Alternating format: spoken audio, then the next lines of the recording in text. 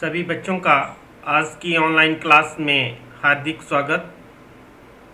मैं Kamal Dhiman, government high school Samirpur. हम पिछले पार्ट में देख रहे थे types of chemical reaction. First type हमने देखी थी कम्बिनेशन रिएक्शन और composition reaction. Second decomposition reaction. Decomposition reaction में हमने देखा था photo decomposition reaction, electrolytic decomposition reaction, thermal decomposition reaction. अब हम देखेंगे the third part that is displacement reaction. जैसे नाम से पता चल रहा है कि यहाँ पे किसी चीज़ को डिस्प्लेस किया जा रहा है। इस रिएक्शन के अंदर किसी ना किसी चीज़ को डिस्प्लेस किया जा रहा है। आओ देखते हैं। सबसे पहले एक एक्टिविटी दी गई है, activity 9.1। Take 3 iron nails and clean them by rubbing with sand paper. हमने 3 लोहे की किल्ले लेनी है और उनको सैंड पेपर से बिल्कुल क्लीन करना है। Take 2 test tube as A and B. हमने 2 टेस्ट ट्यूब लेनी है और उनको मार्क करना है ए और B. In each test tube take 10 ml of copper sulphate solution. और दोनों टेस्ट ट्यूब में हमने 10 ml कॉपर सल्फेट सॉल्यूशन लेना है, CuSO4 लेना है। Tie 2 iron nails with a thread and immersed them carefully in the copper sulphate solution in test tube B for about 20 minutes. हमने 2 किलों को धागे के साथ बांधना है जैसे डायग्राम में दिखाया गया है, और टेस्ट ट्यूब बी के कॉपर सल्फेट सॉल्यूशन में इसको डुबो देना है। Keep 1 iron nail aside for comparison. एक कील को हम बाहर अलग रखेंगे कंपैरिजन के लिए। After 20 minute take out iron nails from the copper sulphate solution.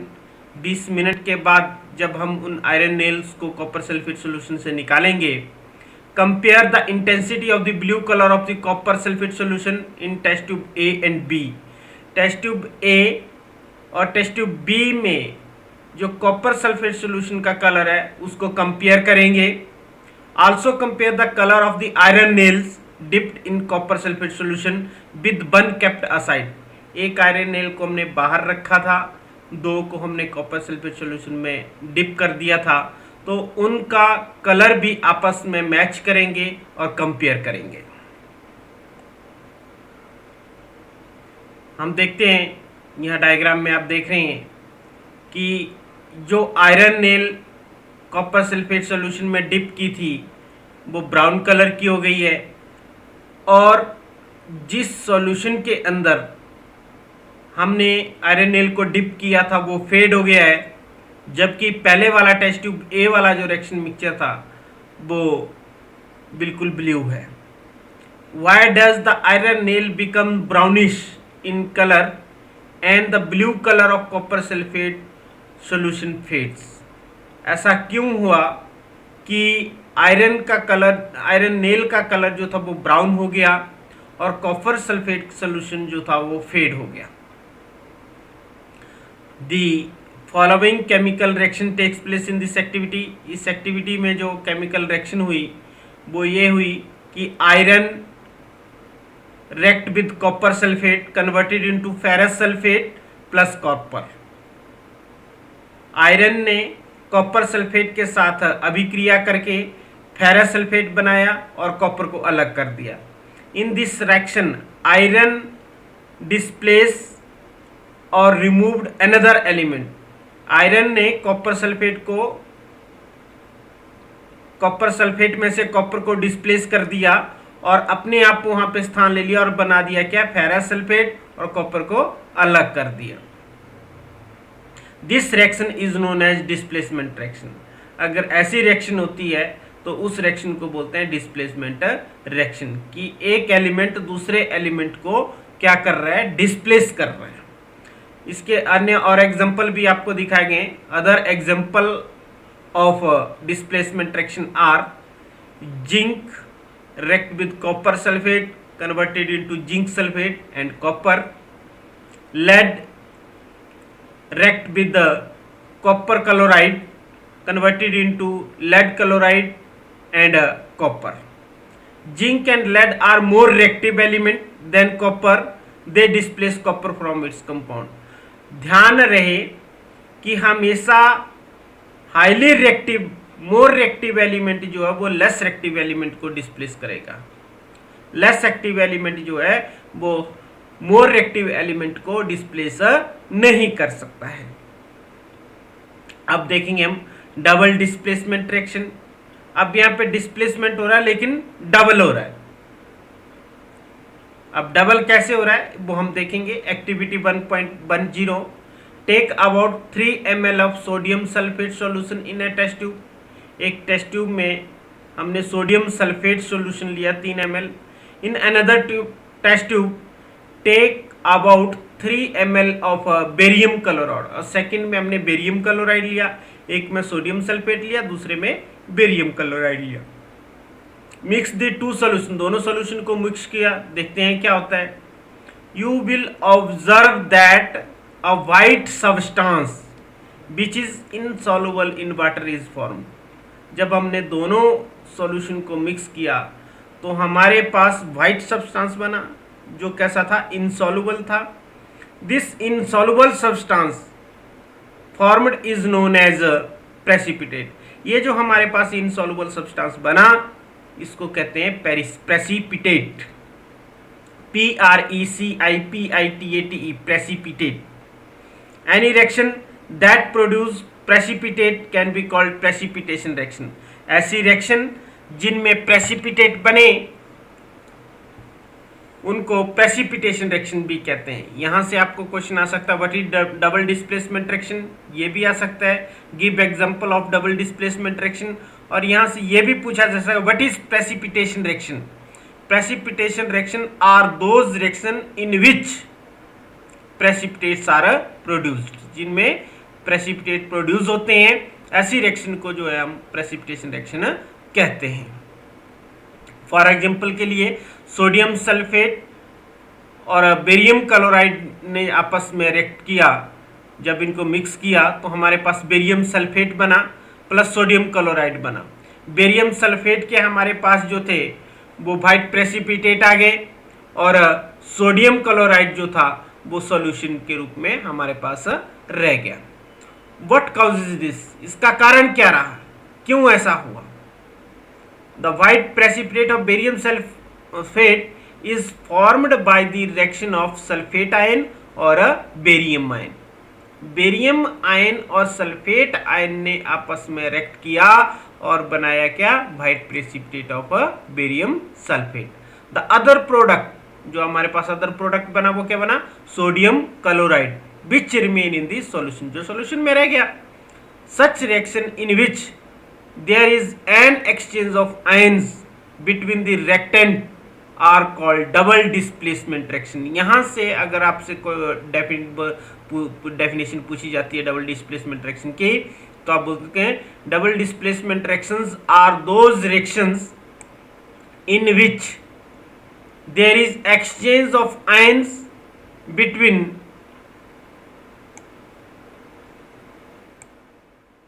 The reactants are called double displacement reaction. कि अगर रिएक्टेंट के बीच में आयंस का एक्सचेंज हो रहा है, आयंस का एक्सचेंज अगर हो रहा है तो हम उस केस में बोलेंगे डबल डिस्प्लेसमेंट रिएक्शन। और डबल डिस्प्लेसमेंट रिएक्शन का एग्जांपल हमने पहले आपको बता दिया, Na2SO4 plus BaCl2 converted into BaSO4 plus NaCl। Next type of chemical reaction that is oxidation and reduction.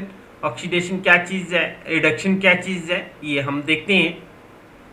Activity 1.11 heat a China dish containing about 1 gram of copper powder.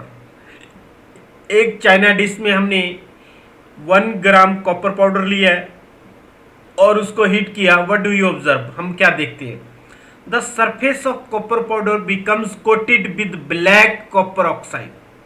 जो copper का powder था heat करने के ऊपर ये black colour में convert हो गया, इसके ब्लैक कलर की लेयर इसके ऊपर आ गई कॉपर ऑक्साइड की। Why has this black substance form. क्यों ये फॉर्म्ड हुआ black substance? This is because oxygen is added to the copper, क्योंकि कॉपर में ऑक्सीजन ऐड हो गई और उसने क्या बनाया? Copper oxide. कॉपर रिएक्शन इसमें ये दी गई है, copper react with oxygen and form copper oxide.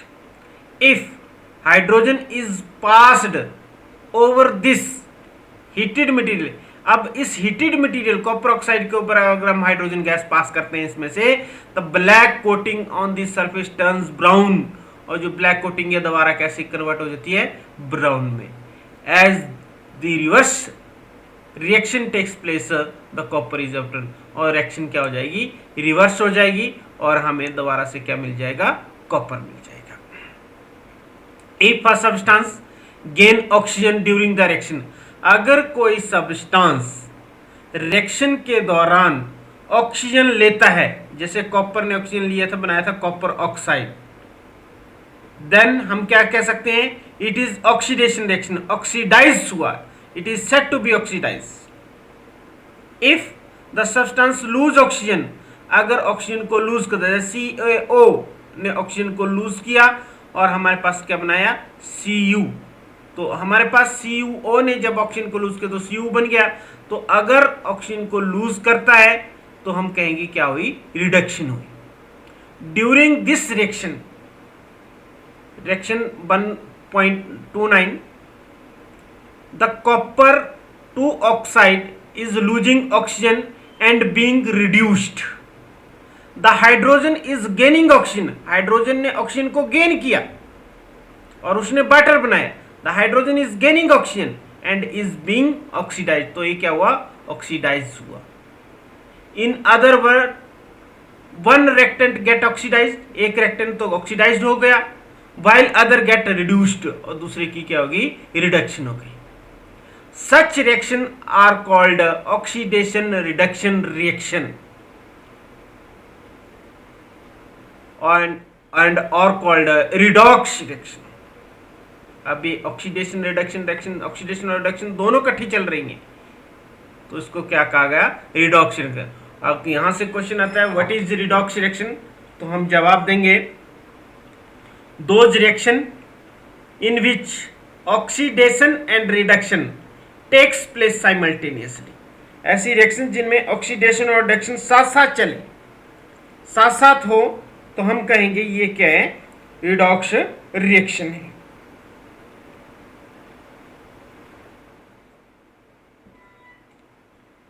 Example हम देखेंगे रिडॉक्स रिएक्शन का, तो आप देख रहे हैं कि CuO प्लस H2, इस रिएक्शन में हमने देखा था, तो CuO जो था उसकी रिडक्शन हुई, उसने ऑक्सीजन लूज किया और कॉपर में कन्वर्ट कर दिया तो रिडक्शन हो गई।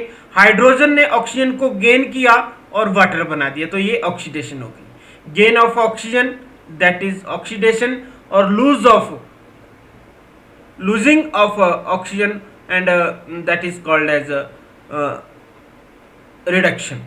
सम other example of redox reactions are, जैसे ZnO plus carbon converted into zinc plus carbon monoxide, MnO2 plus 4HCl converted into MnCl2 plus H2O plus Cl2. These are the examples of redox reaction. In reaction 1.31, ZnO plus C converted into Zn plus CO, carbon is oxidized to CO and ZnO is reduced to Zn. In reaction 1.32, HCl is oxidized to Cl2 whereas MnO2 is reduced to MnCl2. From the above examples, we can say that if the substance gains oxygen or lose hydrogen during the reaction, it is oxidized. If the substance loses oxygen and gain hydrogen during the reaction, it is reduced. एक में oxidation reaction हुई और दूसरे में reduction reaction. तो हम यहां से देख सकते हैं कि ऑक्सीडेशन के केस में क्या हुआ कि gain oxygen and lose hydrogen, और रिडक्शन के केस में lose oxygen and gain hydrogen. Next article हम देखेंगे, have you observe the effect of oxidation reaction in everyday life, कि हमारे जो प्रतिदिन दैनिक जीवन है, हमारा प्रतिदिन की दिनचर्या है, उसमें ऑक्सीडेशन रिएक्शन का क्या प्रभाव रहता है। तो हम इसमें जो लास्ट आर्टिकल है, दोनों कोरोजन एंड रेंसिडिटी, इनको डिस्कस करेंगे। You must have observed that iron articles are shiny when new. आपने देखा जब लोहे की चीज़ नई नई होती है तो बिल्कुल चमकीली होती है, या फ्रेशली कट किया गया होता है तब वो बिल्कुल शाइनी होती है। But get coated with reddish brown powder when left for some time, लेकिन उसको कुछ समय के लिए रखा जाता है तो उसके ऊपर ब्राउन सा पाउडर जो है वो लग जाता है। This is commonly known as rusting of iron. इसको क्या कहा गया? रस्टिंग ऑफ आयरन, लोहे को जंग लगना। Some other metals also get tarnished in this manner.